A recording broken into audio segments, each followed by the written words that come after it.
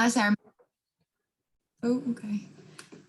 Press the button, folks. Of the CIPR Northern Ireland Public Affairs Group, small group that was formed last year to done by the public affairs practitioners across Northern Ireland and to support our fellow PR colleagues who may not work directly in politics but need to know for a specific role or client. In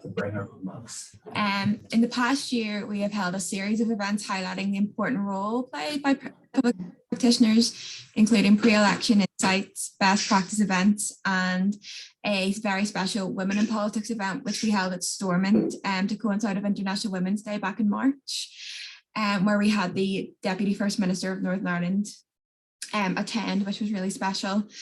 Moving forward, our group plans to continue to push forward with the agenda of promoting public affairs within the wider PR sector, with or without a sitting government in place in Northern Ireland, and I'm sure the panel's going to touch on if we're ever going to get one back. So I'll let them decide on that. Something coming up I wanted to flag was in August, we'll be hosting an event looking at 100 days post-election in Northern Ireland with some of our leading practitioners and commentators, and you are all more than welcome to join and have a listen in. And just to conclude, I would like to thank the panel for joining us today, and I look forward to hearing all the insights during today's discussion. And if anyone is interested in the work or to join our small group, please do get in touch. I can leave my details in the chat box if anybody would like them. Thank you very much and good luck, everyone. That's brilliant, Rosa. Thank you so much. The panel won't need luck. They're the experts in their field. It'll be fine. I have promised Max faithfully I will not ask him any questions on the Northern Ireland Protocol. So they'll be ignored in the chat. So that's fine. So we'll crack on. We've got till about 5:30. So we'll have a bit of a Q&A with the panel. I say any questions, please drop them in the chat and they'll come to you. And we'll go with the flow on it. So to get us kicked off then, folks, and I'm going to start with you, Dathi, as the ex-MLA among us. I will not hold that against you. But, there's a lot of cynicism that the Assembly and our politicians don't do very much, especially given the suspension between 2017 and 2022. And obviously the ongoing threats to force an early election. So, what positive changes did the Assembly actually bring to us in the last mandate? Go to the recovering MLA first. Yeah, I mean, the MLA's got a lot of jip for not working at times in terms of when the Assembly's down, especially. But when you see the other side, all parties. MLAs have to be hard workers, otherwise they wouldn't stay in their job very long. So what tends to happen at times like this, and of course we've had a number of periods like this in the past, is that the workload gets filled in with other things. So they maybe tend to be more sort of parish pump orientated rather than policy if these kind of periods go on for considerable periods of time. But there's also opportunities as well. I mean, with less workloads back to back between Monday to Wednesday or Thursday each week, yes, there'll be more consistency work they can do, but there's also an opportunity to listen more to the likes of ourselves in terms of what we want them to see, want them to deliver on whenever the Assembly is restored again. I think the interesting thing over the past year, between 2021 and 2022, it showed how much, especially in terms of primary legislation, that the Assembly can deliver when they're under a bit of pressure to do so. I think it was 27 bills became acts in just this year, 2022 alone. So it goes to show that when the pressure's on, they can deliver in terms of legislation. And I think that all kinds of records were set in terms of that short period of the previous Assembly. I've seen, obviously, we've been involved in the climate change PMB that resulted in the Climate Change Act.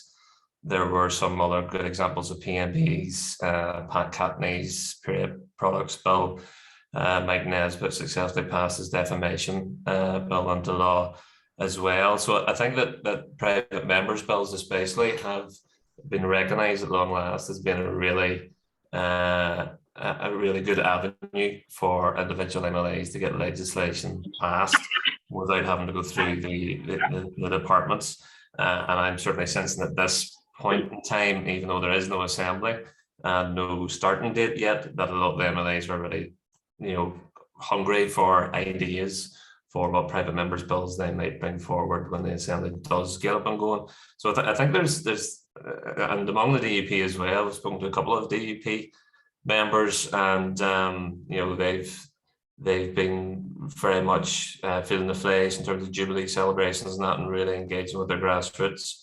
But they all seem to be keen to get back to work as well, which is a good sign. So the MLAs in totality are focused on what their workloads are going to be whenever the speaker is appointed and the place gets up and going again. So that I wouldn't suggest that people take their foot off the gas in terms of advocating or influencing at this stage, because the MLAs are less busy, yes, in terms of workloads, and we should very much see that as an opportunity, especially over the summer months, to try and get a more listening ear from the MLAs than we have had before.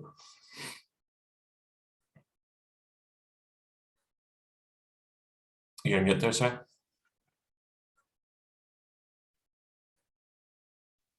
Saying really good stuff there, folks. So I was going to say, Dathi, it's a really good perspective you have there on private members' bills, because obviously you were one of the first to put one through on the plastic bag tax in Northern Ireland, which has led to a fund for conservation.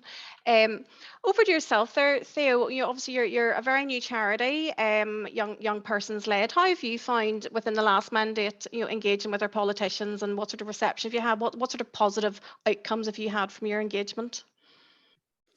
Sure. So as a bit of background, and just checking you'll hear me okay. Yes. Good stuff.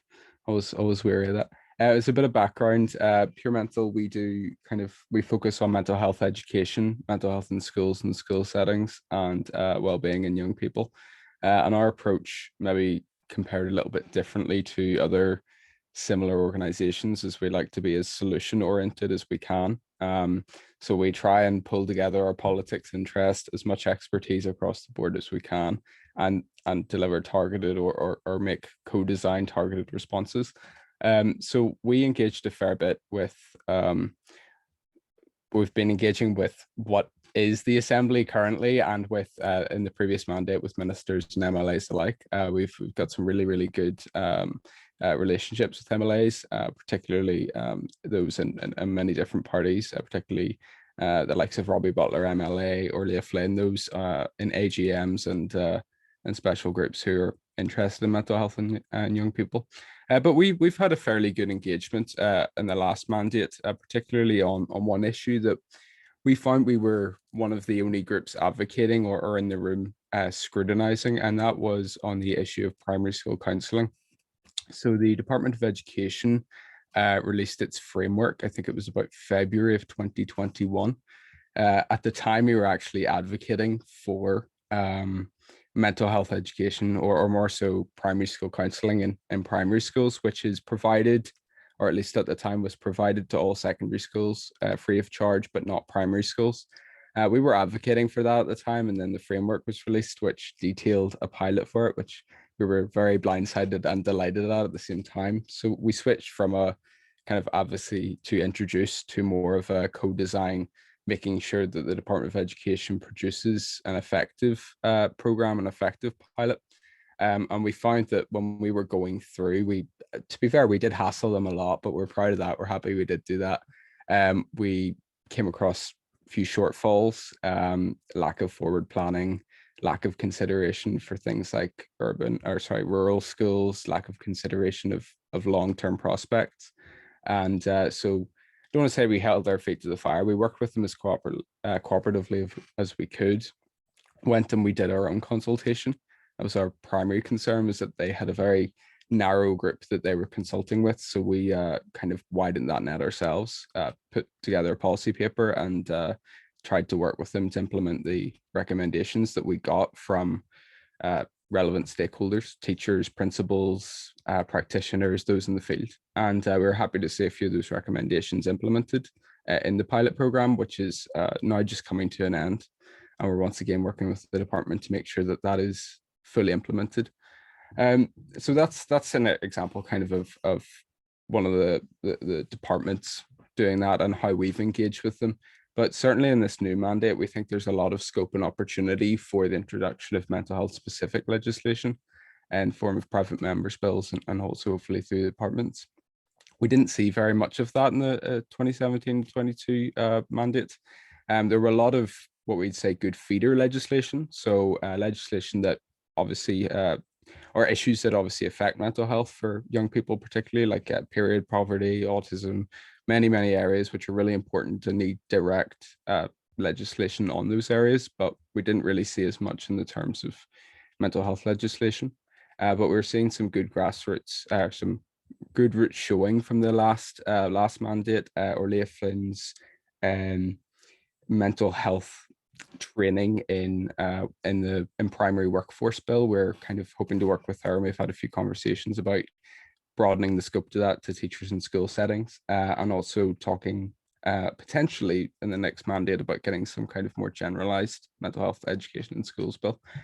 So to cut a ramble short, because I could go on all day about this, we had some good engagement in the departments last mandate, but we're hoping this new mandate, especially with a new, say, a more diverse and varied set of MLAs in the chamber, hopefully more private members' bills.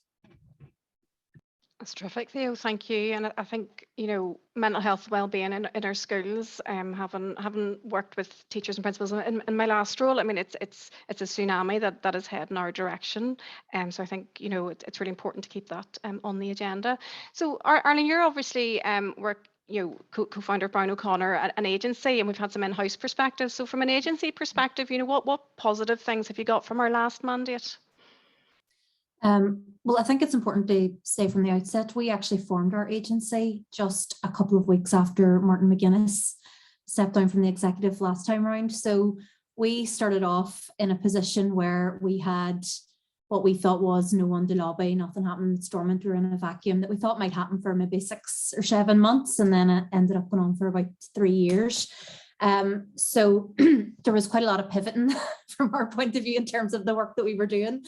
But still in all, we actually continued to focus on our public affairs work because we were set up as a public affairs company, and there was still a lot of work that had to be done. And going back to what Dahi was saying earlier, it was very important from us in terms of the clients that we represented that we continued that engagement piece throughout the time that Stormont wasn't functioning, because when it was to come back, we knew that those relationships would be very important, and that MLAs were briefed on the issues that mattered to our clients. And I suppose the outcome of one of those is the likes of the liquor licensing bill, which had been a piece of work we've been working on for a long time with Hospitality Ulster. And the reason that you can now enjoy a glass of wine in a restaurant on a Good Friday is largely down to that. And that might seem frivolous and quite small, but actually it helps Belfast and Northern Ireland compete as a destination, as a tourist destination, when someone's thinking, or what they're doing over the Easter weekend. Are they going to go to Dublin? They're going to go to Belfast. So those pieces of legislation are hugely important for our economy and our own growth in that respect. And I agree, there's absolutely a lot of cynicism about, how useful our assembly is, and you can't blame people. But I suppose when you work in it day in, day out, you can see that there was quite a lot achieved towards the end of the last mandate, and it involved a huge amount of late nights with our MLAs, working to rush through crucial pieces of legislation like the licensing bill, but also things like organ donation, which promotes an opt-out system now for organ donation, which will make a difference to lots of people's lives. Domestic abuse bill, a lot of bills that focus on protection of people who are vulnerable. So, there are pieces of legislation that came in, albeit at the last minute, at the 11th hour. But I think I made this point before as well, is that we seem to do really well when we're working in crisis mode here. So you might find that things are very sluggish for the first half of the mandate, but then once the pressure kicks in, like Dahi says, there is a will generally to get things done. And I think you can see that as well. And that one of the positive things I've always found from working in public affairs in Northern Ireland is the relationships that you see around the committee tables, and they are genuine relationships that are cross-party relationships where people have a will to get something done, to achieve a piece of legislation or a policy change. And it's clear to see that work being done at a committee level. it would be great if we could obviously get committees back now, because it will enable us to do a bit more work than we are at the moment. But generally, I think, you know, the last mandate, there was obviously a huge frustration there with the Assembly and Executive not being functioning for so long. But the fact that we got it up and we did get those bills passed at the end, 27, I think it was, will make a difference in a lot of people's lives. Thank you. And sort of, we've touched on it a wee bit as part of the conversation, but, you know, is there anything in particular any of our panelists have been doing since the last elections, you know, to build relationships? Do you know are there any outcomes we can realistically expect while the Assembly is still down? Maybe Arlene, from your perspective, you know, are you starting from scratch? Or, I mean, you alluded to the length of time it took to get the licensing bill through. Do you know, is there any ongoing work that you can still work on, if you like, while the Assembly is in hiatus? Yeah, I mean, we haven't really slowed down at all since the last election. I mean, we work with a large variety of clients across, you know, public, private, voluntary sector. One of the big pieces of work we have on at the moment is working on the Mokumo Rabbi hospital inquiry. That's a huge piece of work which will run on for a number of years, and it will have very important outcomes for how health and social care primarily is delivered in Northern Ireland. So that continues on. We also we work a lot at council level on planning consultations. So about, you know, large scale planning applications that are going in. We work with to consult with local communities around those plans, and that's all done at council level at the moment. So that work, you know, continues on. I think in terms of the Assembly, you know, obviously a lot of our client work is based at the Assembly in terms of working on, you know, a range of devolved matters. Our approach has been to continue that engagement since the Assembly election took place in May, because there is a whole cohort of new MLAs there. They're looking for things that they want to drive forward, and when we do get an Assembly up and running. So to me, it's important that our clients that we're looking at, you know, who those new MLAs are, how we can engage with them. We've already, you know, been meeting with MLAs for a number of clients, from the Derry Chamber of Commerce to the Royal College of Occupational Therapists. And that work will continue on, because we're advising clients that those relationships are really important to form now, because you will be working with these MLAs over the next few years. The other thing we're working on, which continues on, is one of our clients would be the Community Pharmacy Northern Ireland. So the whole network of community pharmacists, who are your high street chemists across Northern Ireland, are obviously hugely important, have been really important over the pandemic. And we have re-established the all-party group at Stormont, because again, we see the importance of their voice being heard loud and clear at an Assembly level. So that group got up and running again last week. We also launched a new workforce strategy with Hospitality Ulster at the Assembly just at the beginning of this week. So we're very much taking it as, you know, I suppose I'm being an optimist here, but the Assembly will come back, and we need to be ready for it to come back. And there's a lot of groundwork that needs to be laid now from that point of view in terms of being ready. I suppose one good example as well, if you look at in the previous mandate, all party groups continued to run. When you look at the work that the autism all party group achieved, you know, they kept their meetings going. Kerry Boyd was great in that role during that time when the Assembly wasn't functioning, and we now have there was a private member's bill for the autism, for an improvement to the current Autism Act brought forward in the last mandate, which was also passed. So it shows you the importance of keeping those working relationships live and keeping those issues on the agenda, because they can be taken forward then if politicians are briefed and informed about you know, evidence-based policy changes that need to happen. Thank you. I mean, I think you've really sort of highlighted the diversity of relationships that's needed. So it's not necessarily just a political focus. So Daffy, from your perspective, do you know, is there any sort of, but sort of, what's the phrase I'm looking for? Any sort of engagement that you've been having locally just to set the scene for if and when the Assembly does come back?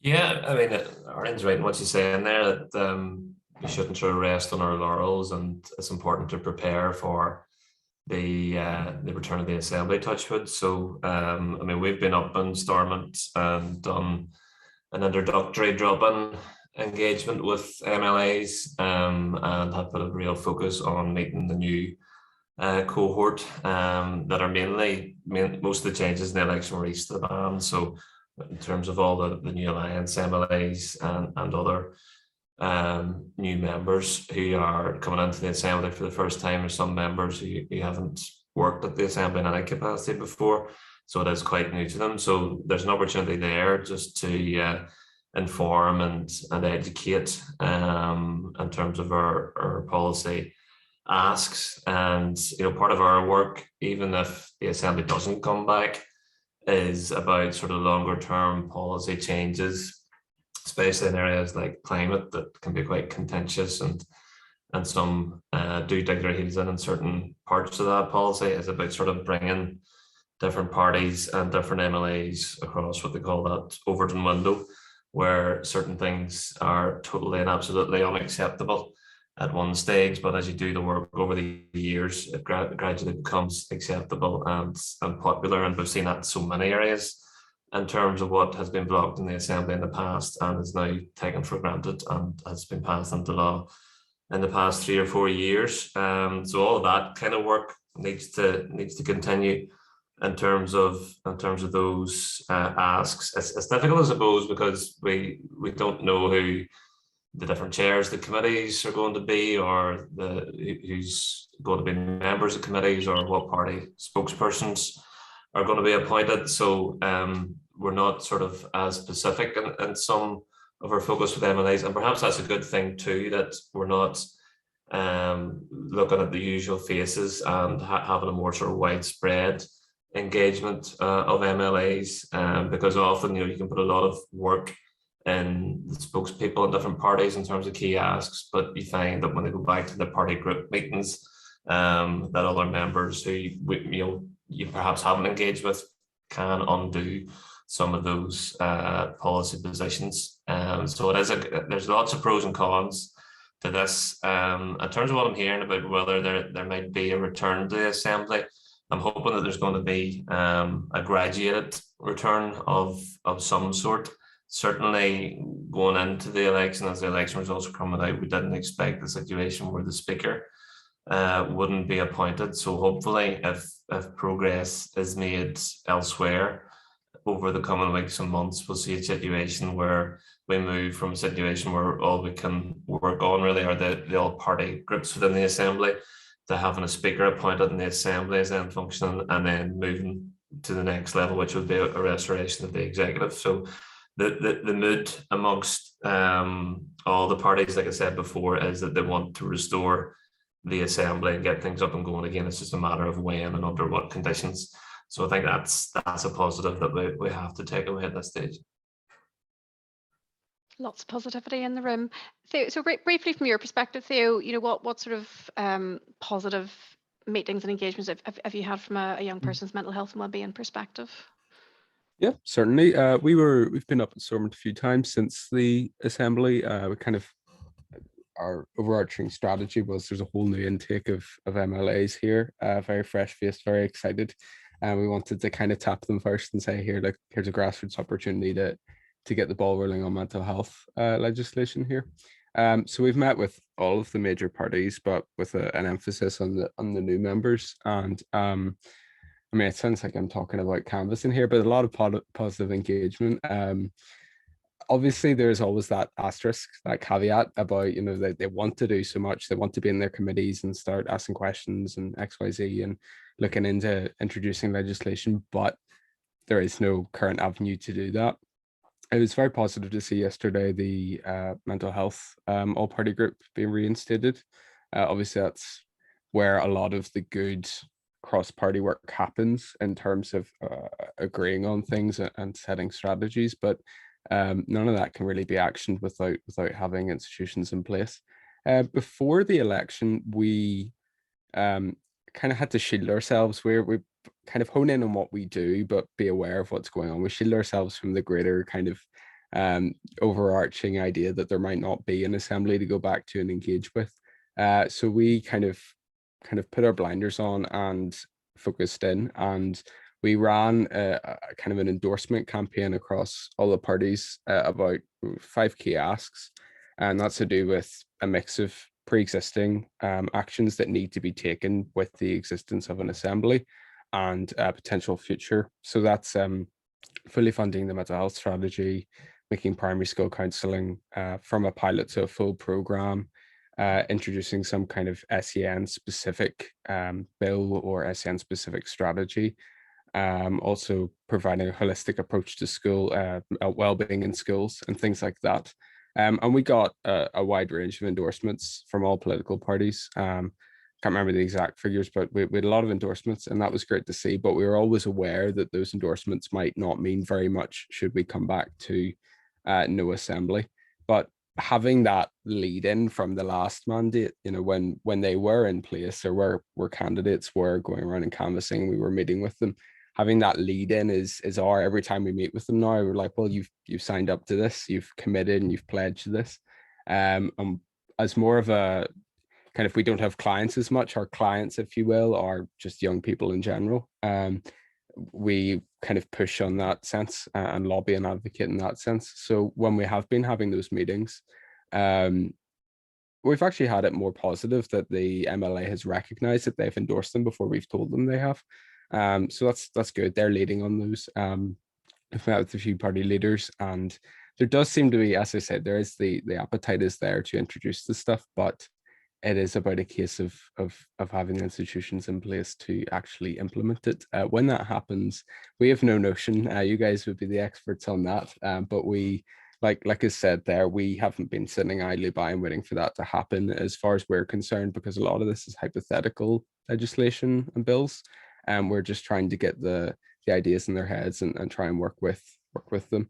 And like kind of some of our most successful work in that has been like with Orlia Flynn on her bill, or kind of opening up level or channels of communication there. So we'll keep doing that, and fingers crossed it does get returned and restored soon enough. I'm having trouble unmuting there, folks.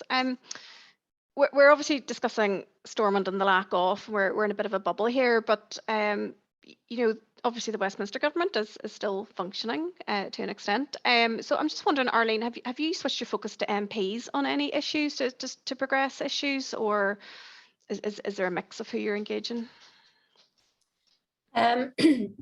Not too much at the moment, because I suppose the focus for us is the new assembly and those MLAs that we haven't met yet. But I think in time, I did find during the last collapse, we did start to turn our attention a lot more towards MPs. And I'm sure that, you know, if this does go on for a prolonged period of time, that's something that we may do. I suppose the difficulty is so much of the work that we focus on is devolved in Northern Ireland. So there are limitations in terms of what can be achieved at Westminster. However, in saying that, you know, the MPs do attend their party meetings. Engagement with MPs is also very useful to do in terms of raising issues, or, you know, areas of around policy gaps and so on.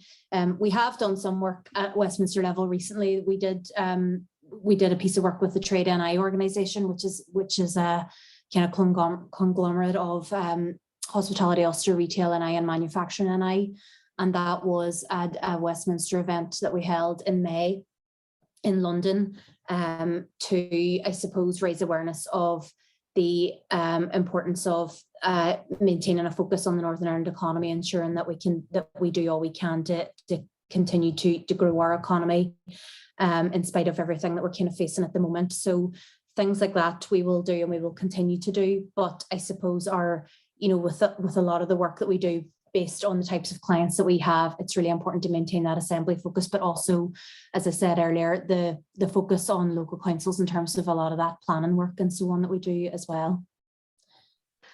Thank you, Arlene. And Max, I'm curious to know, because obviously you're based in London, you're focused on Westminster lobbying. Do you know, is there any chatter within Westminster about Northern Ireland issues, or are there other things occupying? I mean, there's a lot going on at the minute, you know, about day-to-day cost of living. There's the pending identity and language bill. There's the interventions on abortion. So does that reach anybody else, or is it just a Northern Ireland focus for us?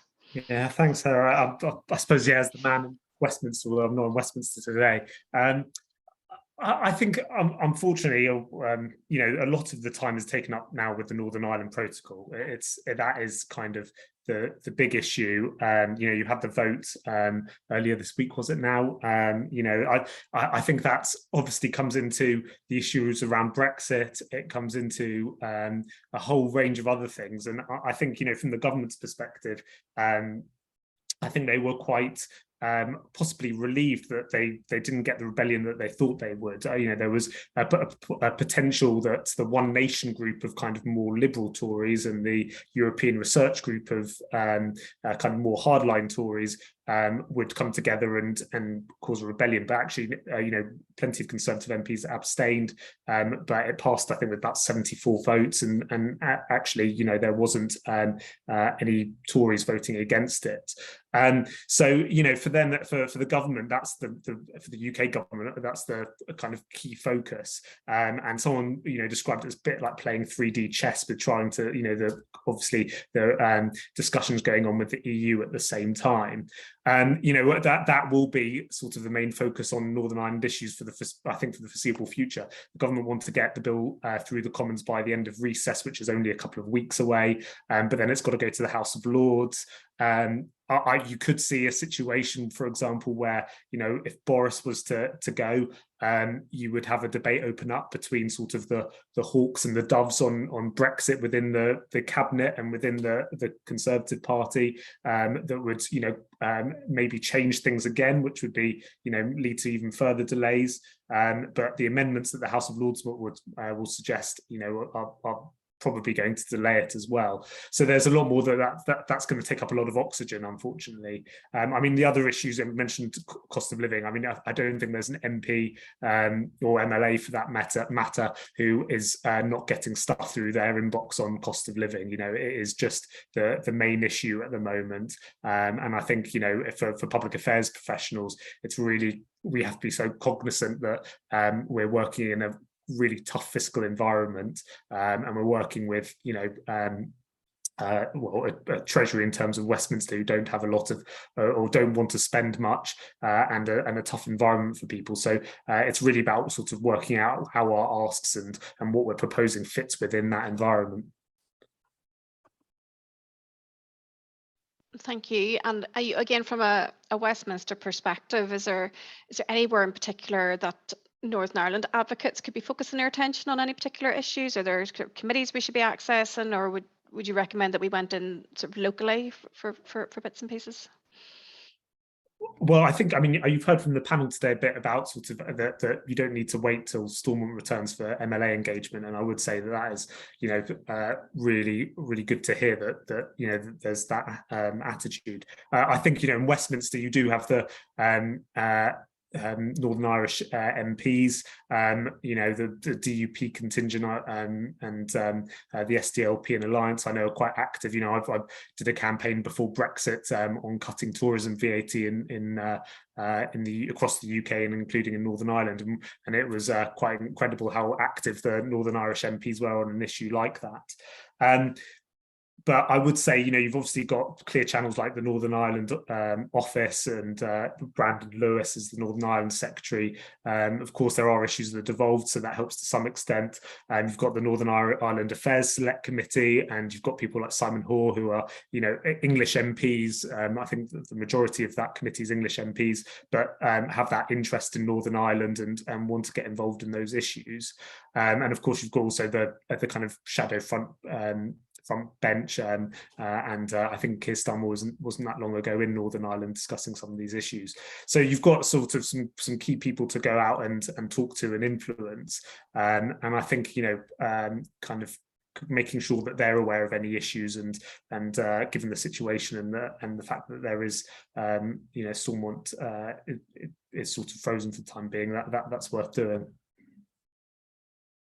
Thank you.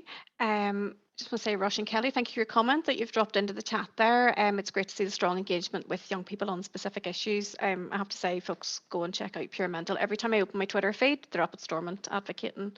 It's a really great example. conscious of the time, so we'll come to my last question. If anybody else has any comments or questions that they'd like to ask, please drop them into the chat. I'm just curious to know, so looking ahead, do you know what concerns you about the lack of an assembly in Northern Ireland? And you know, where does the influence lie at the minute? I'll start with yourself, Arlene. Where to start?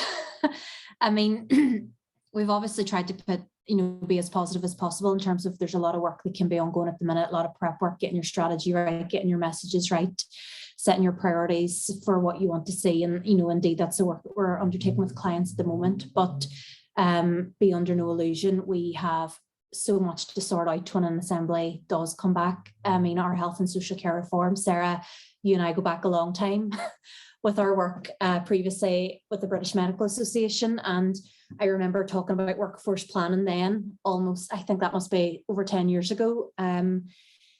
The reform that is needed to health and social care is scary in the size and scope of it.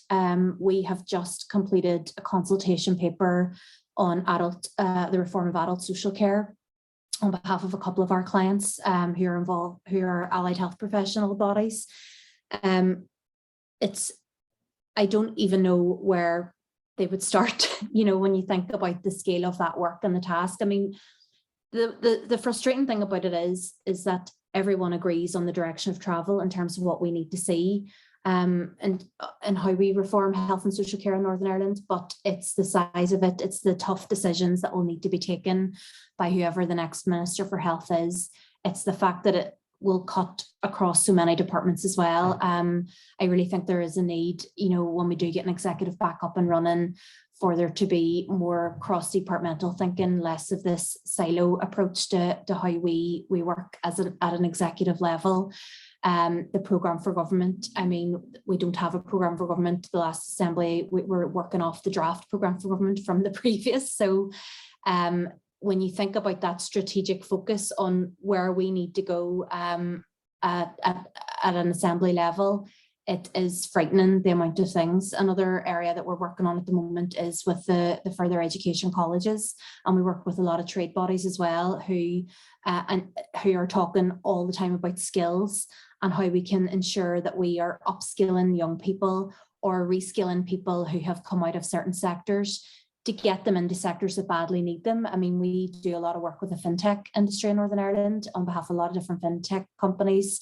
The issue with so many of them is recruiting people with the right skills into there are a lot of opportunities actually here at the moment, but it's finding people with the right skills and equipping people. And there's a need from that point of view when you look at the work that, for example, the Department for the Economy and the Department of Education do, in terms of pointing people at a young age when they're still in school towards these new sectors that are developing and that are really fast growing in Northern Ireland, like fintech and cybersecurity and AI, to equipping young people with the knowledge that this is a viable career path that I could go down. But again, that's a massive piece of work that needs to be undertaken across departments and not just by one department. So I suppose those are probably two of the big ones because of the work that I'm doing at the minute, and the clients that I work with is reform of health and social care in Northern Ireland, and also developing out that skills piece so that we can address that growing skills deficit we can see now emerging in our economy.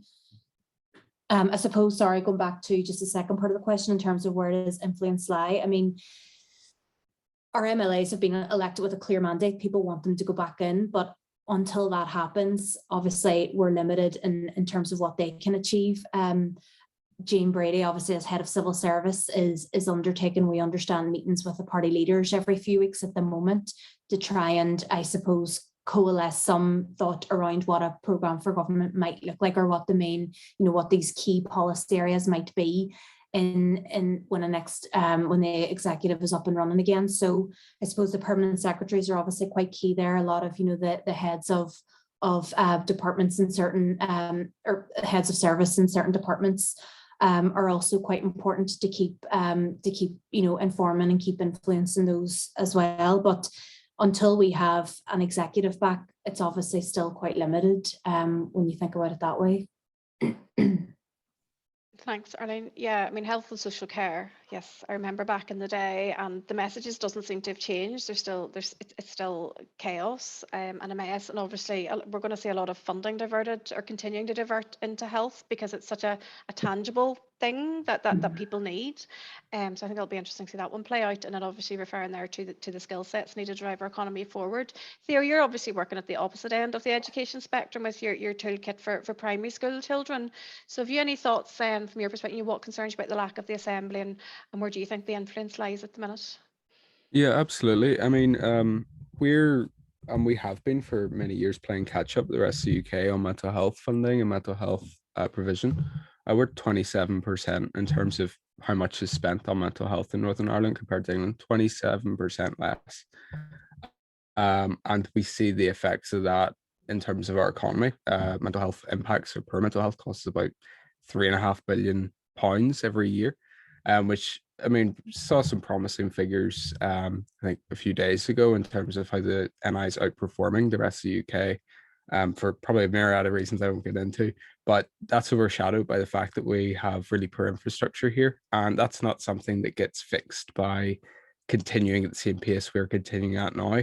If we continue at that same pace, we will always be around 30% under England, 20% under Ireland in terms of spending. It is good to see that I was talk about health and social care, that change of focus, maybe more so. I mean, it's always been an important issue, but I think especially COVID and the pandemic brought a lot of light to that. And now it's been seen as a lot more of an urgent issue to be addressed among the public and hopefully politicians. But we need to move and act fast on it because, as I say, we do need to be a bit more radical in what we do in Northern Ireland to catch up with the rest of the UK. It's not a case of comparing our mental health figures to their mental health figures, like some kind of health trading game. It's a case of it does have reverberating effects on all of Northern Ireland. There's a very good point there made about kind of we have some fantastic standout sectors like cybersecurity. The pure mental piece is my side gig. It's my passion project. At the minute I'm working in a cybersecurity company, and I see it in the front field, and it is absolutely right. We have these really good, really strong based industries, but you wouldn't really know about it unless you're right in the precipice of it. We're losing a lot of young people to other parts of the UK, to other parts of Europe, because we lack confident and secure infrastructure and things like mental health. That's what young people care about. Young people care very firmly now. It's much more up there in terms of how, how climate friendly where they're living is, how affordable housing is, and also they care a lot about mental health and mental health support structures. And why would you want to stay around somewhere where at the current pace your next door neighbor across the water you can take a ferry to is at least a quarter ahead? Or if you travel 2 hours down south, there's more per capita funding and spending there. So we need to improve that to keep young people here, and we will see a bit of a cascading effect. If young people want to stay here and work in those standard industries, the likes of America and Canada are very, very, very heavily investing in. I mean, people saying Belfast is the cyber capital of the world at the minute, which is very weird to hear for our wee place to be called the capital of the world. But we invest in that kind of thing, we can maybe close that gap, but that also has to be done in direct intervention and mental health support in schools and in the wider community.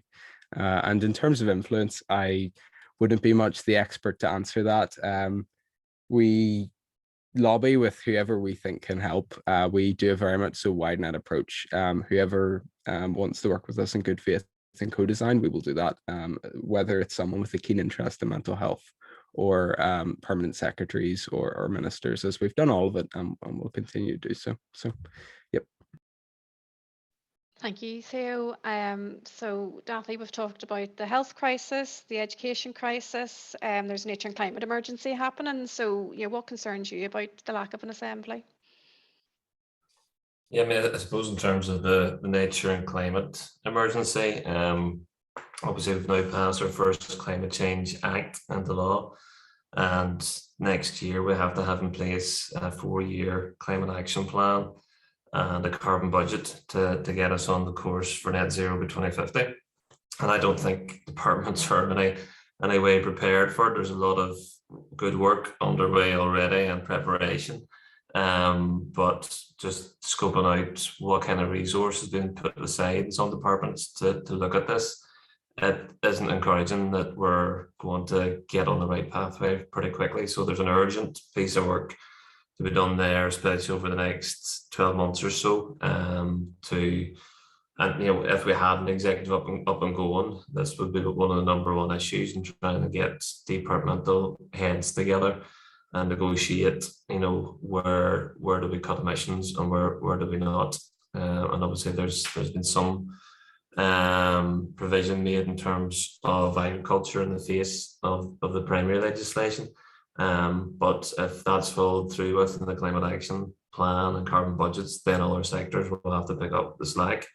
And we haven't really had a discussion, or I don't think there's widespread awareness of that. And if that isn't adequately planned for, then those climate action plans and budgets could ultimately fail before we get off the starting block. So I mean, that's just one example of where things could start to fall down, because the Assembly and the Scrutiny Committee and the ministers aren't fully functioning. And I'm sure there's lots more examples across different sectors as well. I think in terms of influence, most of it's been well covered, but I think we obviously have influence within our sectors and therefore the wider public. So I mean, obviously there'll be a lot of sort of quiet influencing to try and steer the MLAs back to resolving their issues and getting the institutions up and going again. But we do have that power to make interventions, sensible interventions, at times whenever we feel we need to. And we may need to do that in terms of trying to get the Assembly up and going again. I mean, certainly at the start of the year, whenever it looked like the executive was going to collapse, I think it was about February time, there was some response from some of the MLAs saying, well, let's go straight to an election now. And I think within a couple of days, due to the feedback from probably a lot of people around this virtual table, the response from MLAs had changed to one, well, let's see if we can finish the next few weeks, get all these bills over the line because they're just too important. So we have influence in that way as well at key times, and we may be called upon to do it again. But what concerns me, I think, is generally, like I've said, the parties want to return to office, but in this kind of environment, and given some of the stakes involved, it is subject to events, and 1 or 2 events could take place that could lead to the Assembly going into cold storage for a much longer period of time than we expect. And Arlene's already referred to what happened to last time, and that we thought it was just going to be for a short period of time, and it was much longer and turned into years. So we need to be prepared for that, and of course, as soon as we come out of the summer period going into Christmas, the parties are already preparing for not only the council elections next year, where some will want to be recovering sort of perceived lost ground, but there's also the potential of the Westminster election coming on the horizon as well. So that will all start to factor in and may make things that should be resolvable at this stage a bit harder to resolve. So the sooner we can get a resolution and hopefully something this side of Christmas, the easier it will be to get the institutions up and going again. So there's a lot of variables, I think, on the table at the minute, and we just have to take things one step at a time and keep things under constant review in terms of how we influence and how we advocate, because I think there's probably going to be a few more big changes we don't expect before the end of the year as well. And Max, you've already highlighted, so the Westminster committees and what have you, so there's potential influence in there. But, is there any sort of Westminster concerns about a lack of an assembly, or is that just not on the radar? I think there is a concern. I mean, there's I think there's clearly concerns that for the range of different issues that there's no progress on different policy areas. And I would say putting this in the wider context, and I'm not to be a real doom monger, but it's not a great time to not have your political institutions up and running. We've got, as we mentioned, cost of living crisis, but it's going to be a difficult time in the coming years. We've got inflation and potential recessions, and you need to have political levers to function. So I think that's that is a worry, and I'm sure that MLAs and MPs are thinking about that as well. I mean, you said how do you influence? I think there's of course there's kind of public affairs practice that is always good, making sure your message is the right message, putting it in the context of the current political environment and keeping it relevant. But I also think there's from my perspective, I've come across quite a few public affairs practitioners or organizations that are Westminster based and don't quite give the acknowledgement to all the devolved nations across the UK, not just Northern Ireland, and think that they can have someone based in Westminster who does that work. And I think that's really wrong.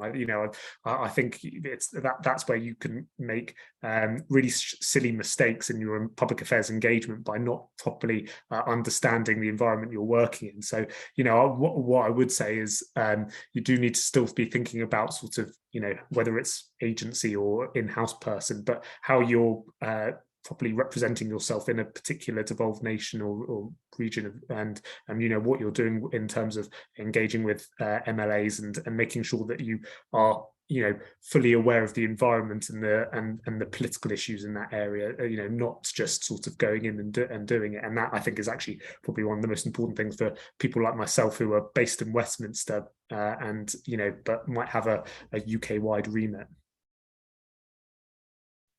Well, we're always happy to help, Max, with any insights into Northern Ireland, particularly through our CIPR Northern Ireland Public Affairs Group. So happy to hook up with that in any time. So I have no questions coming in unless anybody has any now. So I'm gonna, so that was a wee bit depressing, that last bit, folks, but I'd just like to ask our panel, what's your one hope for the future? In one line, what's your one hope for the future? No biggie, like. Go on, Dathy. Gas prices come down. Gas prices, yep. Arlene? Is this where I say world peace? Always up for world peace. Function in assembly. If I can't achieve world peace, a function in assembly would be lovely. That's a good start, though, on the way to world peace. Theo?